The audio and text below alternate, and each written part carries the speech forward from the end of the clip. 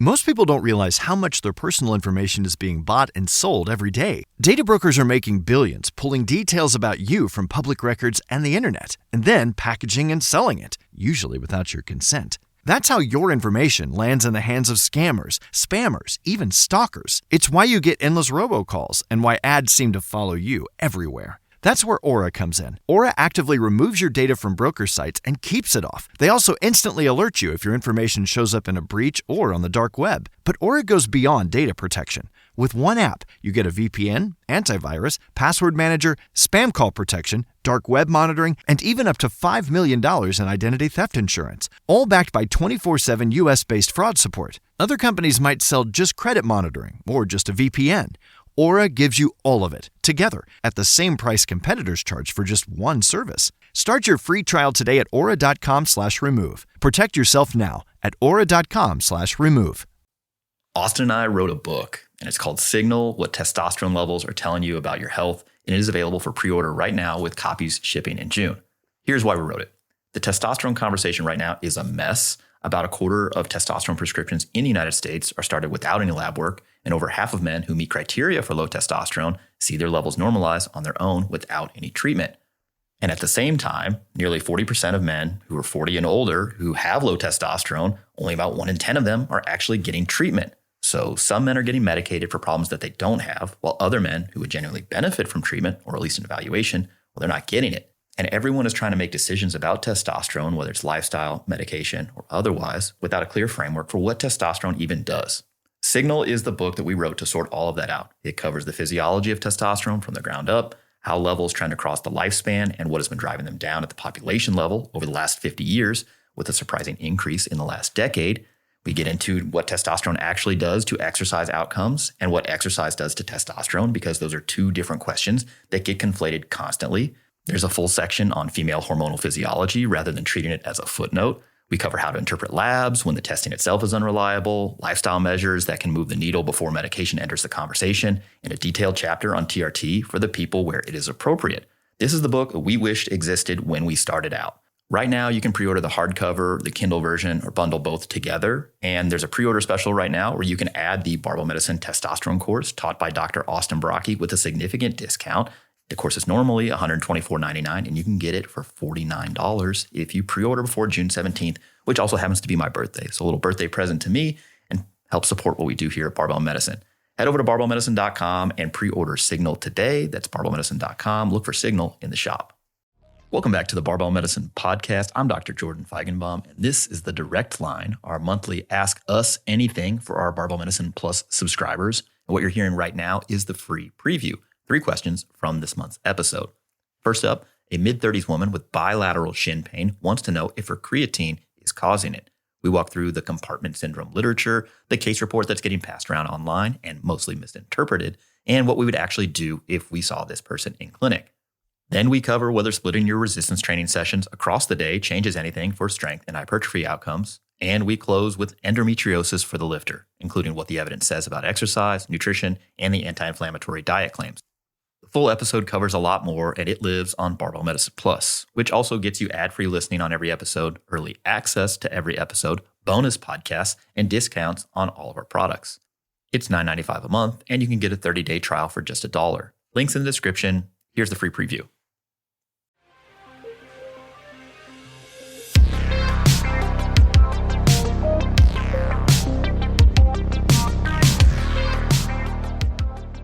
And to help us work through it all, it's the second most handsome doctor in North America, Dr. Austin Baraki. What's going on, dude? That was quite a preamble. A lot of setup there. A lot of setup, a lot of alliteration. Something for everyone. Yeah. Something the whole family can enjoy. That's what we do here on the Barbell Medicine Podcast. All right, let's start off with this creatine question. Some more alliteration there. And we're going to talk about compartment syndrome. So I should have said creatine question, compartment syndrome, and maybe just get it all in there. This question asks, I started taking 5 grams of creatine about a month ago, and recently when I run, within the first 10 to 15 minutes, I'm getting terrible calf and shin pain and pressure in one or both legs. Sometimes my foot will even go numb. I've been lifting weights and running regularly prior to this. I'm mid-30s woman, if that matters. I've read that this has been reported with creatine supplementation due to increased water retention inside the muscles. Do I have to totally stop taking creatine, or would it be worth trying a lower dose? So this is something we actually talked about yesterday in another episode that will be being released shortly. But there is a published case report linking creatine to a clinical diagnosis of the condition this woman probably has, which is called chronic exertional compartment syndrome. We're not trying to diagnose anybody here over the air, but it does sound like that. Because this condition, the way it works is that running sort of pressurizes the muscular compartments in the lower leg, the sleeves of connective tissue that hold each muscle group in place, basically get tight. And as pressure inside those sleeves goes up, it compresses the nerves and the small blood vessels running through them. So you experience pain, and in this case, the foot can go numb. And stopping the activity usually makes the symptoms resolve and the pain and numbness go away. Then it comes back the next time you run. I have this not in my legs, but in my arms when I race motorcycles, particularly if I've spent a bunch of time off, my hands will go numb, which is problematic when you're trying to operate a motor vehicle at speed. Interestingly, she also fits the demographic that this happens in most often. A study from 2013 by Waterman looked at 8.3 million U.S. active duty military person years. That's a fancy way of saying, look, a bunch of people in the military over a long period of time, and found 4,100 chronic exertional compartment syndromes cases. Female sex was an independent risk factor, and so was being between the ages of 17 and 40. So she does fit the demographic. It does kind of sound like that. And I think the what we want to walk through here is what creatine actually does to like water in the body. Mainly, not to say, look, creatine has no possible influence here, but just that's not probably where we would start. Although you may feel differently, Dr. Baraki. We'll see. So when we look at the data on what creatine does to body water, a lot of this comes from loading phases where people are taking like 20 grams of creatine per day for usually a week. And the idea is that you would load creatine such that it saturates your cells faster. So, for example, if you just started taking 3 to 5 grams of creatine per day versus doing a loading phase for 1 week first, the loading phase gets you, saturated with a bunch of creatine in your muscles faster by a significant period of time. In this case, significant being a couple weeks. Now, what happens during the loading phase is total body water goes up, but the ratio of the water that's inside the cells compared to the water that's outside the cells does not change. The author's own conclusion from one of these landmark papers, there's no evidence that creatine shifts fluid in a way that would cause problems, which, we could maybe end this question here and just move on. But this has been repeated in a number of position stands by the International Society for Sports Nutrition in 2021 and 2024.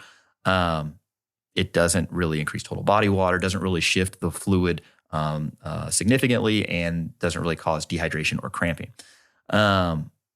There have been studies on compartment pressures where we actually measure what's going on inside the different muscular compartments. 4 studies here, 3 in healthy men on loading doses again or higher. The compartment pressures tend to go up. Some subjects reported tightness and burning with activity, but none met diagnostic criteria for this chronic exertional compartment syndrome. The 4th study, and this is the one that's getting the most airplay, probably because it's the newest, is from 2025. It's a case report on a runner who started creatine and developed chronic exertional compartment syndrome about a month later. It required surgery, which is a fasciotomy. Basically, you take the fascia that covers the muscle, you cut a hole in it or long relief in it so that muscle has room to expand. The case report, the authors there call it an association, not a causation, but the internet usually doesn't have access to these papers for whatever reason. When I see a case report behind a paywall, I also get a little miffed because I'm like, guys, if anything should be free in academic literature, it should be case reports. But in any case, they also didn't disclose her exact dose, the pressures of the lower limb if they were measured, or her training history. Just one case, but people have taken this and kind of run with it. And the mechanistic story does sound reasonable to me. If creatine causes some sort of water retention, particularly with loading, and water can raise pressures, perhaps pressures in the compartments that could cause chronic exertional compartment syndrome. But again, there's a lot of logical leaps in there like that ultimately don't pan out. Creatine doesn't really increase total body water outside of maybe a loading phase. The compartment pressures they vary significantly amongst individuals, and none of them have met chronic exertional compartment syndrome sort of criteria. So like kind of just a big red X at every leap there. So to me, I don't know that stopping creatine is the move here. If this is something that happens every time you run, I think actually getting a workup by an actual sports medicine physician is a good idea. I wouldn't want to change anything prior just to sort of diagnose this accurately, if that makes sense. Could it be a tibial stress fracture, something like that? Or could it actually be chronic exertional compartment syndrome? In which case you'd want to measure those sort of things. I don't know that DIY in this has a big risk though either. Like if you just stop taking the creatine, it goes away. Like, okay. I don't know that I would blame the creatine, although again, sussing that out would require some additional diagnostic steps. I don't think that dropping the dose is necessarily the greatest idea, but that's more of a mechanistic sort of hedge because we think that creatine typically has a general washout period of about a week, but the creatine saturation can stay elevated for up to 4 weeks. So you would need some time for that to resolve. So Austin, in a person like this, bilateral shin pain, 4 weeks into taking creatine and gets this sort of foot numbness 10 to 15 minutes in, would you say, hey, just stop the creatine and move on with your life? Or would you go further with that? Yeah, the context matters here quite a bit. Here we have a person who is pretty young, does not, disclose any other associated medical history. And I'd really want to characterize very specifically both the nature of the symptoms and the timing of the symptoms. And so if the symptoms are really localized to the shin, that is different than if the symptoms are a little bit more localized to the calf, which is different than if they're localized to like just foot numbness. Like all of those things send me in very different directions. Also, the fact that it is bilateral, seemingly pretty symmetric, and both sides onset at the same time, like overall in her training course, not just like at the same time with activity, that also changes the way I think about this compared with if it was unilateral, right? So like to your point about a stress fracture, like what's the likelihood of a bilateral symmetric, temporally, simultaneous stress fractures becoming symptomatic on both sides? That lowers that probability quite a bit. If it's more in the shins, then I'm more questioning like, what's the running history like? How did we ramp up to this? Is this just like run of the mill shin splint type scenario? She said in her question that she's been lifting and running for a long time. So assuming that there have been no dramatic changes in training load, which would be one of the questions I would get at. Have we, changed something? Have we started doing something more, introducing sprints, much more distance, change in footwear, all sorts of other things that can be like shorter term variables that could impact this. And if the symptoms are much more, calf specific and like this kind of foot numbness, that it tends to raise more concerns about, well, could there be a vascular phenomenon? So any kind of like exertional symptom, the no misdiagnosis is going to be something vascular. And then the neurological symptom seemingly is more of like a consequence of what else, the other aspect here, which could be maybe something compressive, like a, transient exertional compressive neuropathy of some kind, which could fit with a diagnosis of chronic exertional compartment syndrome. So it's possible, but I'd want some more background history about like, hey, other medical history, any vascular risk factors. And then when it comes to the history about creatine, I agree with you. Like the idea that this is like a do not pass go directly to a physician and get a diagnosis. I'm not sensing this is like an ultra immediate short-term red flag. If it's something that we don't seemingly or not able to get better, then that would be a reason to definitely get checked out on a shorter time frame. But you're right that DIYing it isn't the riskiest thing either. And what I mean by that is a like discontinuation and re-challenge is a pretty reasonable way that even somebody who leans skeptical, which I think that like both of us just like up front don't typically associate creatine with this sort of a manifestation. We might tend skeptical on that. But if somebody says, look, I was running and lifting, doing everything fine. I kept doing the same thing. I introduced creatine. This came on. We're like, okay, tough to say for sure. And then I stopped it and it went away. Then I started taking again and the same thing came back. It's like, okay, I relent. I don't have a full explanation for why some of these things are plausible, even though there's not like this super compelling, like so much more, intracellular or extracellular fluid accumulation, specific to creatine. But you've given me enough of a reason. And it's like, ultimately, do I care more about your ability to do the conditioning that you like to do running or being on a couple grams of creatine a day? The benefits of creatine are modest to arguably trivial for most. The benefits of even running a couple, a little bit probably already outweigh the benefits you're getting from creatine. So I'd rather you be able to run. And I would just like lean in that direction. Yeah. I mean, I think about if somebody's vulnerable to a compartment syndrome type experience, right?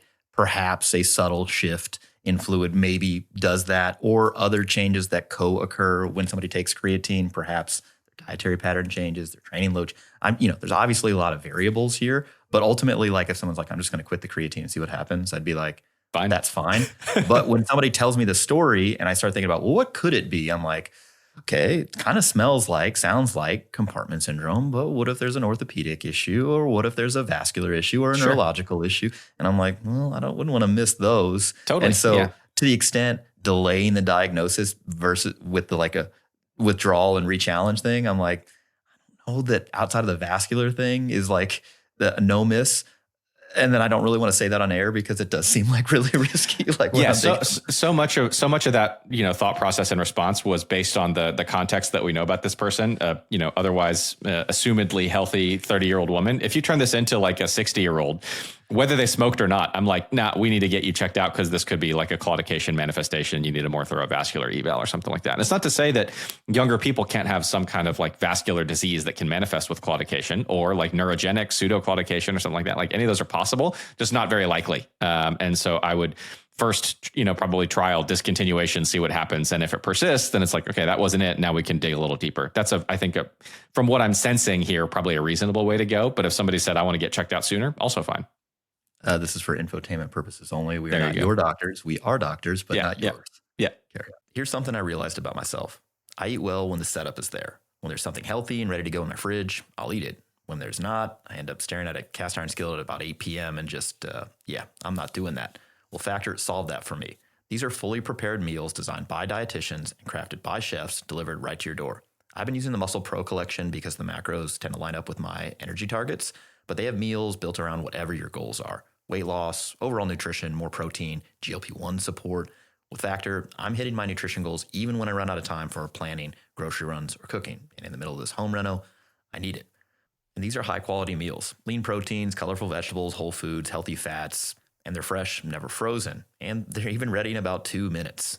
With all the different options, you could use Factor to hit your nutrition goals.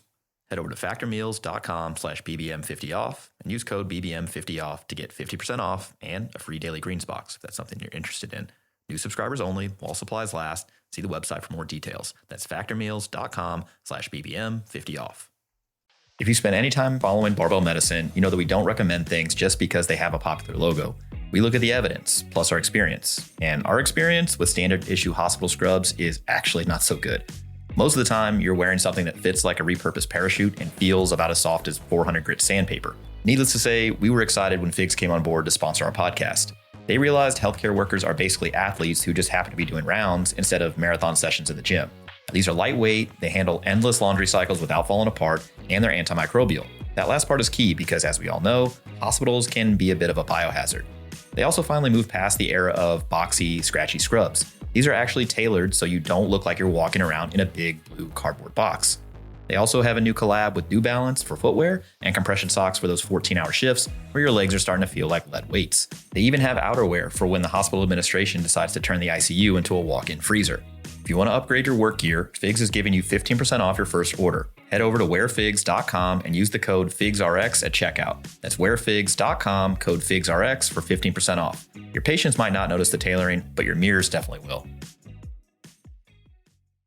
Most people don't realize how much their personal information is being bought and sold every day. Data brokers are making billions, pulling details about you from public records and the internet, and then packaging and selling it, usually without your consent. That's how your information lands in the hands of scammers, spammers, even stalkers. It's why you get endless robocalls and why ads seem to follow you everywhere. That's where Aura comes in. Aura actively removes your data from broker sites and keeps it off. They also instantly alert you if your information shows up in a breach or on the dark web. But Aura goes beyond data protection. With one app, you get a VPN, antivirus, password manager, spam call protection, dark web monitoring, and even up to $5 million in identity theft insurance. All backed by 24/7 US-based fraud support. Other companies might sell just credit monitoring or just a VPN. Aura gives you all of it, together, at the same price competitors charge for just one service. Start your free trial today at aura.com/remove. Protect yourself now at aura.com/remove. If you've been dealing with a nagging injury, if you just came out of surgery, or you work with people who have, I want to tell you about our upcoming pain and rehab seminar in Bozeman, Montana, June 20th and 21st. This is a 2-day deep dive into how we actually think about pain, rehab, and getting people back to exercise. We've updated the curriculum this year to reflect where the evidence is right now, with training lectures covering the current recommendations for exercise during injury and rehab, and breakout sessions on exercise modifications and technique tailored to specific individuals. This isn't just a powerlifting-focused event. The modifications content has been expanded to cover athletes across different sports. So wherever you're meeting your current patients or clients, there's going to be something you can put directly into practice. For example, the lower extremity post-op lecture and its subsequent breakout walks through the full rehab spectrum after surgery, with a strong emphasis on the middle phase of training. This is the phase that gets the least attention and causes the most problems. We spend real time on the return to sport criteria and how to structure progressions that actually get somebody there. The pain lecture also has new cases this year and is built around helping folks make sense of what they're experiencing. Not just here's what the research says, but how to use that information in a real conversation with a real person who's frustrated and confused and wants to know what to do next. Spots are limited, so if you want to learn more and register today, head over to barbellmedicine.com and look for the Bozeman Pain and Rehab Seminar. We also have a link in the show notes below. All right, next question is about splitting up resistance training sessions. So the question is, if I have 3 resistance training movements planned for the day, but due to certain logistical issues, I split them up hours apart sometimes, does that affect strength and hypertrophy over the long run? I would assume maybe you are getting less fatigue resistance adaptations, but if I'm doing the 3 sets for my bench press, I would assume that doing the leg press 2 hours later is not impacting strength and size for either of them. Yeah, it's fine. So just move on to the next question. But I actually think, though, we don't need to do a deep dive on this per se, but I do think some insight into my general heuristic, our general heuristics about training may be useful just to like answer these sorts of questions going forward. I think you would agree that our role as coaches or our programming, like our templates, like what they're designed to do is maximize training load. We want people to do as much physical activity as possible, including formal exercise. And the idea is because there's a dose-response relationship between the amount of exercise that people do and the benefits from it, not only health benefits, but also performance benefits, obviously. In this case, frequency is a tool to distribute that training load. So you could jam a given amount of training. Again, if you just had this list of 20 exercises you needed to do, you could put it on 1 day, 2 days, 3 days, 4 days, 5 days, 7 days, split it up however you want. We think frequency is a tool to distribute that based on your preferences, logistical constraints, et cetera. When you look at the evidence on frequency as its own like sort of independent variable here, it almost disappears entirely when you look at training adaptations that we care about: strength, hypertrophy, power, cardiorespiratory fitness. In fact, the majority of the time when it does show up as an individual variable, it's because they have not corrected for volume, total amount of training that gets done. And so, a prime example of this is one of Schoenfeld's initial meta-analyses on this from 2016. It's 10 studies. And they said that the weekly volume was equated, and the higher frequency groups grew about 3% more, had about 3% more on average. Now, as it turns out, the volume was not actually equated. And when they updated the meta-analysis in 2019, this time with 25 studies, the volume was better equated and everything disappeared. The hypertrophy difference disappeared. See the same thing in Gergich's 2022 study on strength. Mainly, there was a signal when people went from 1 time per week of doing strength training to multiple times per week, their strength seemed to improve because they were doing more training. I do think, though, this is maybe where I go against the evidence. And I recall back to like a 2018 seminar that we did when somebody was like, what opinion do you hold or belief that you hold is like not evidence-based? Yeah. I actually do think there's something maybe to an increased frequency, because not just from adherence. I do think that's probably the number one use case is like, look, if I could split it up 7 days a week and that's better for me, adherence, that's number one, maximize the training load, fits with the heuristic. But imagine a scenario where I took all of your deadlift volume. I don't know how many sets per week you're deadlifting right now. Let's just say it's 10. Nice and neat. And I put that all on 1 day versus I split that up over 2 days or 3 days. I suspect that your actual training load is going to be higher the more I split that up due to intra-workout fatigue, right? You're going to be able to lift a little more weight, a little more reps at a given RPE if I split it up. And so the training load, on a 1 week basis is not that much different, but it's a little different. 2 weeks, total, if we summed it together, a little bit more different. 8 weeks, 16 weeks, that sort of difference grows, right? And so the training load that you're able to accumulate over a year, for example, is potentially much greater. And also to the extent that you're training these things in a more fresh state, might allow for some additional skill development. I feel like it's not an evidence-based take. I mean, I can harangue the data and try to come up with a rationalization, but I don't know. That's where I kind of go off the rails. What do you think about that? Yeah, I think we've kind of shared that opinion more so for like what we've deemed movements that are a little bit more sensitive to skill components, potentially being one on that aspect. Like, I think when both of us have either ourselves trained more, for example, for like overhead pressing or like coached people. I mean, like I remember coaching Alan Thrall for a while when he was preparing for that sort of thing. And I think I had him pressing overhead like somewhere between 5 to 7 days a week. And sometimes it was as much as just like set an 8-minute timer and work up to a single just to get a little practice exposure, making sure that you're, very skilled and adept with the movement pattern and all that kind of thing. And it's a relatively low fatigue thing overall. So you can get that frequency of exposure. And then the other aspect, the kind of the quote unquote bigger, heavier lifts, distributing things. Yeah, if you're splitting up those sets, it's a much more daunting task to look at. If I don't ever do something like this, but to do like 10, working sets of deadlift in a session versus pulling twice a week, we've done for years and cumulatively ended up overall doing like a bit more pulling volume than that. And even if it's the similar load, but you're able to put a bit more effort or, maintain a bit higher volitional, bar velocity or something, there's maybe something to the idea that you can get a little bit more out of it, even if it's just from the neurological kind of aspect of the strength adaptation. So I think that's kind of what we feel in our gut about this, even if it has not yet been borne out in the research. And admittedly, it might be a little difficult to study because of it's just a messy landscape. There's a lot of granularity here. There's differences in individual responsiveness. You need to be able to have enough power to tease apart small differences between groups, or you need to run the trial long enough to accrue big enough differences that you can detect if your size is relatively small. So tough to study, tough to prove, borne out in our experience to some extent, but we ourselves discount our own experience in a lot of ways just because we know that how good humans are at fooling themselves. So that's about as far as I would take it. Yeah, I think the only other wrinkle here is that where I kind of go off the reservation with respect to the evidence is that when it's with respect to cardiorespiratory fitness, the same sort of relationship shows up where like the frequency doesn't seem to matter. And in fact, when you look at the guidelines over time, originally there was a sort of 10-minute cap where you had to accumulate exercise in at least 10-minute bouts. And then it was 5-minute bouts. And now that restriction, that cap has been completely removed. And it's like, look, even a 1-minute bout of exercise counts, right? And I'm like, okay, while true, I do believe that these exercise snacks, if you want to call them that, mini episodes of exercise certainly contribute to total exercise load and certainly can be useful for improving health and fitness. But if I was trying to maximize somebody's cardiorespiratory fitness, I lean towards, look, you're going to need some longer sessions in there. And I don't think that you could do like a 2-minute bout every hour on the hour every day and get the same net effect than if you concentrated that. Mainly, you get cardiac drift in the middle of a session, the rate limiting demands, or steps for the metabolic demands that you're imposing on a person go up as the session gets a little longer. Things just change. And so I think there's something there, but I can't prove it. And so, watch this space, I guess. I don't know. Yeah. All right. Next question is about endometriosis for the lifter.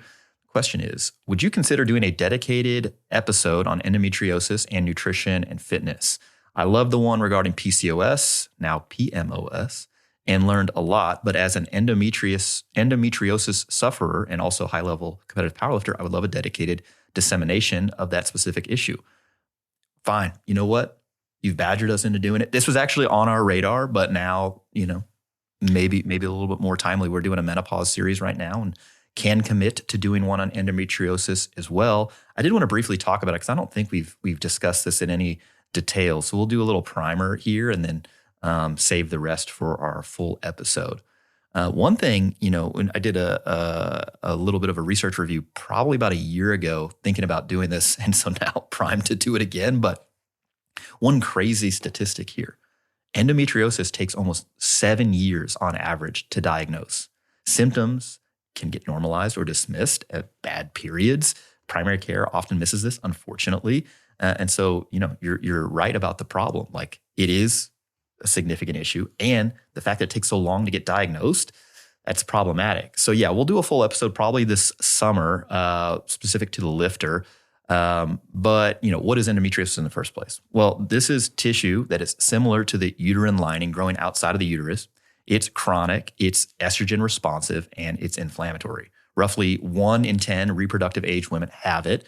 Up to half of women with infertility have it, and up to 90% of women with chronic pelvic pain have it. The 2022 European guideline made a change that a lot of clinicians have not caught up to, that laparoscopy is no longer required to diagnose it. You can do it with skilled ultrasound or MRI. Those are sufficient to start medical treatment when imaging matches the clinical picture. That's one of the bigger changes that's happened in the last few years. Now, no study has shown that heavy resistance training worsens endometriosis. Recent reviews show sort of what we call low certainty evidence that exercise reduces pain. So we could oversell that here on the Barbell Medicine podcast. Look, just exercise and you won't have endometriosis pain, but that wouldn't really be in keeping with what the literature says. Similarly, on menstrual cycle and performance, the literature is consistent. The average effect of cycle phase on performance is trivial. Basically, it's individual variation. Some people are going to have their own unique lived experience, and it is what it is. But on average, most people will not see a performance benefit or decrement based on where they're at in their menstrual cycle. We'll save any of the hormonal management stuff for our full episode. But the rest of her question, she pointed out a few interesting things with respect to like these nutrition narratives that get promoted around endometriosis. There are no dietary interventions that have high quality evidence for modifying endometriosis. So things like a gluten-free diet, most of those have no control groups and are unblinded. And so in this case, any benefit, we would say, look, the person might have a celiac or sort of a gluten, non-celiac gluten sensitivity, but we need better data to show gluten-free actually does something. People may often have IBS, where like a low FODMAP diet could be useful. And that can overlap. People can have two things, for example, but it's not really a dietary pattern for endometriosis. When I think about unique nutrition sort of recommendations here, it comes back to iron, one of your pet sort of topic here with anemia, mainly because heavy bleeding is common with this condition. And also the issue around ferritin monitoring, if people are doing that, they're like, oh, well, you're within normal range. Your ferritin's 20. And you're like, that not doesn't, normal. Not normal. Yeah. So, the protein recommendations are the same as we've been saying for a long time, somewhere around 1.6 grams per kilo per day. Low carbohydrate diets don't tend to do better. And it's particularly if you're an athlete, low carbohydrate diets would generally be ill-advised. And then ultimately making sure that the person's getting enough energy to not only support a healthy body composition, but also what they're asking their body to do. I didn't see any evidence that low energy availability is more common in individuals with endometriosis compared to not. But again, just generally speaking, female athletes, that's something that's in the back of my head. As far as how this should affect training, one of the benefits of having an auto-regulated program is that it's pretty much a useful tool for almost any condition, and that includes certainly endometriosis. People with symptomatic days, your performance might be down due to what you're experiencing, and ultimately having a dynamically adjusting program is going to be better than something that is fixed, rigid on paper. But again, that's not unique to endometriosis. That's just more like the human experience, generally speaking. I do think that as people have either medical conditions or things that otherwise affect their performance more with more volatility, so whether it's bad sleep, more stress, et cetera, that just means there's more importance placed on that dynamically adjusting program. One interesting note here is like post-op, like if people do have a laparoscopy, for example, for diagnosis, the return to activity is based on vibes, just expert opinion at this point. So they're suggesting walking within 24 to 48 hours, you can start lifting some light weights within the first 2 weeks. They say no Valsalva, which is silly because good luck avoiding that. And then, compound lifts, weeks 2 to 4. I don't know how I feel about that, but I also am not pushing back strongly against a lot of these post-op sort of things because it's such a short period in somebody's training life. And look, if it's not going to matter in a year, 2 years, 5 years, I don't really care. The other thing, and I'll get your take on this before I ask you a clinical question. So imagine a person with endometriosis, they're a competitive lifter, but they're not on any sort of continuous medical management. And they've got a meet coming up. And they're like, look, I think this is going to time up with my heaviest bleeding days. I typically experience a lot of symptoms here. Can I take something for that? And so there's some thought that like short-term medical management a few days before expected the menstrual cycle delays the menstrual cycle through the meet, like an off-label use. Do you feel like that's a terrible idea or viable option? Totally viable. Yeah. I'm thinking about, as I usually do with interventions, does the potential benefits outweigh the potential risks? And, those types of treatments are often used for long-term management of this anyway. And so if they've not been on something like that and they're wanting to temporarily use it for better control going into like a high stakes to them event, totally fair, reasonable. Yeah. Yeah. All right. So here's a clinical question. Patient walks in, Dr. Baraki, biopsy confirmed endometriosis. They're a powerlifter. They're 6 months into hormonal treatment. Pain's doing better. But a menopause style influencer has her on a supplement stack and an anti-inflammatory diet. She wants to know whether to keep following that advice. Where do you go from there? Yeah, this is certainly something else that I encounter somewhat regularly. Endometriosis is very common, underdiagnosed, can be first, varying severity in different patients. For some, very debilitating. For some, others, less so. It is also just straight up one of the absolute weirdest conditions that exists in medicine. So difficult to like explain, like why on earth do we find some of the weirder examples of like uterine tissue that's ended up in the pleural lining around the lungs. There's an uncommon condition that called catamenial pneumothorax, for example, where, every month when the woman menstruates, it leads to a collapsed lung, for example, because of the endometriosis tissue in the pleural space. Or, I heard, of another case of cyclical bleeding out of this woman's belly button because she had an endometrioma implant right there. And so it like bled every month in that spot, like very, very weird types of things that can emerge. And so they're all, the point I'm making is that they're all unique. And so every woman's experience with this is likely to be unique upon where are these endometrial implants and what is the cyclic nature, like what are the symptoms that are manifesting. That you can get ridiculous, quote unquote, sciatica pain from an endometrial implant on your sciatic nerve, essentially. And then there would be like cyclical radicular pain, for example. So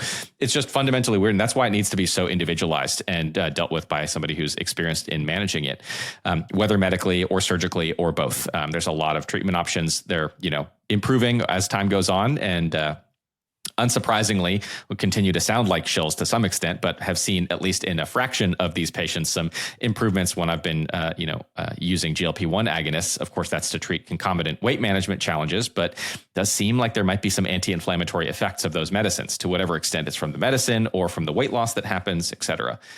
But to get to the main crux of this question, the supplement stack, I would just have to go through supplement by supplement and see, again, what is the theory? What is the idea? Is it potential offering any potential benefit? What's the potential downside? Does it seem safe? Is it a battle worth fighting that day in the bigger picture? And maybe so, maybe not, depending on what kind of rapport I have with this person. But the anti-inflammatory diet, I actually don't get terribly fired up over this unless it's just something totally wacky.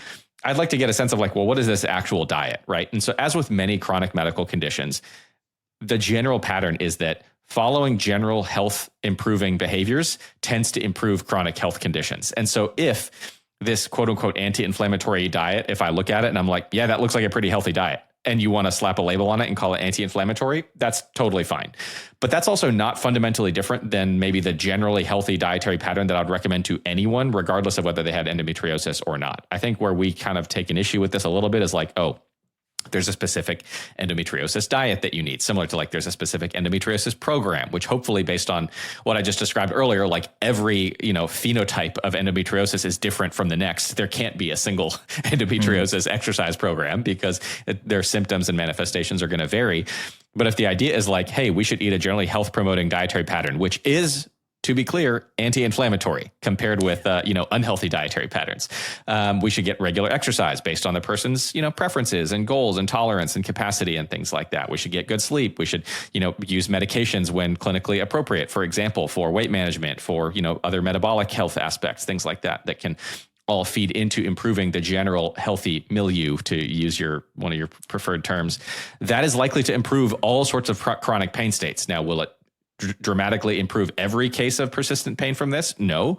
Will it take pain from a score of 9 or 10 to a score of 0? No, but it is a step along the way towards improvement, while the other more targeted treatments might have an opportunity to offer benefit. That might be something as simple as a combined oral contraceptive. It might be a GnRH agonist or antagonist. It might be certain other kind of targeted therapies. It might be surgical excision of endometrial implants. And then as we move along in time, there's more and more attention being given to this. And certainly, again, as one of the more pervasive, more challenging, and certainly one of the exceptionally weird medical conditions that exist, hopefully some even better treatments kind of come forth over time.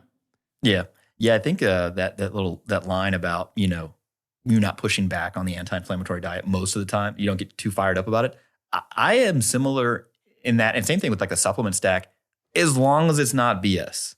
You see what I'm saying? So like if someone's like, I'm on an anti-inflammatory diet, I'm like, oh, cool. What does that mean? And they're like, well, I don't eat any carbs because carbs are inflammatory. I'm like, okay, well now I'm going to take issue, right? And someone's like on a supplement stack, I'm like, okay, cool. Like, what is it? An endometriosis specific supplement stack. And they're like, sure, it's protein and creatine. I'm like, oh, okay, yeah, like carry on.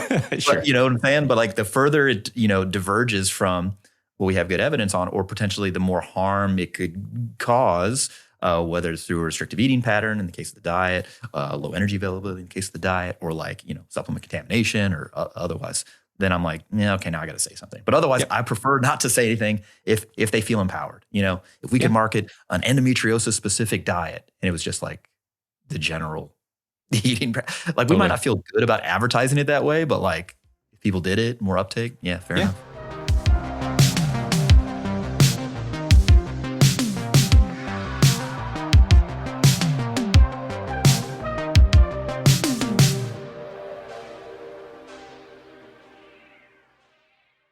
Most people don't realize how much their personal information is being bought and sold every day. Data brokers are making billions, pulling details about you from public records and the internet, and then packaging and selling it, usually without your consent. That's how your information lands in the hands of scammers, spammers, even stalkers. It's why you get endless robocalls and why ads seem to follow you everywhere. That's where Aura comes in. Aura actively removes your data from broker sites and keeps it off. They also instantly alert you if your information shows up in a breach or on the dark web. But Aura goes beyond data protection. With one app, you get a VPN, antivirus, password manager, spam call protection, dark web monitoring, and even up to $5 million in identity theft insurance, all backed by 24/7 US-based fraud support. Other companies might sell just credit monitoring or just a VPN. Aura gives you all of it, together, at the same price competitors charge for just one service. Start your free trial today at aura.com/remove. Protect yourself now at aura.com/remove.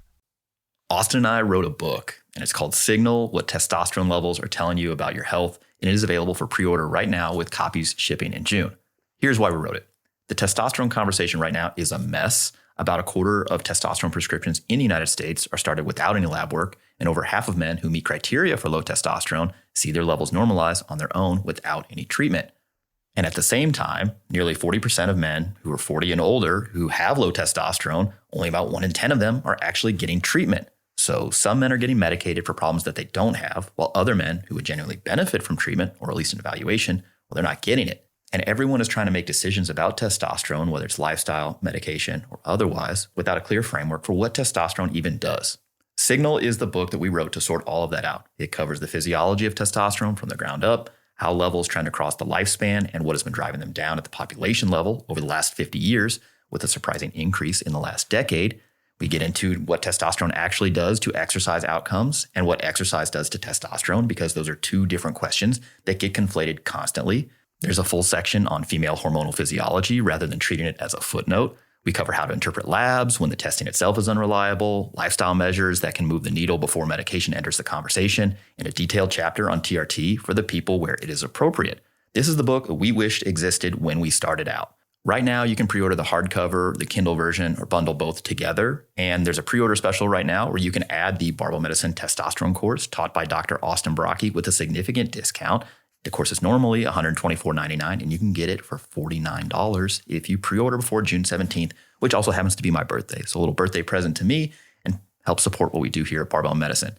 Head over to barbellmedicine.com and pre-order Signal today. That's barbellmedicine.com. Look for Signal in the shop.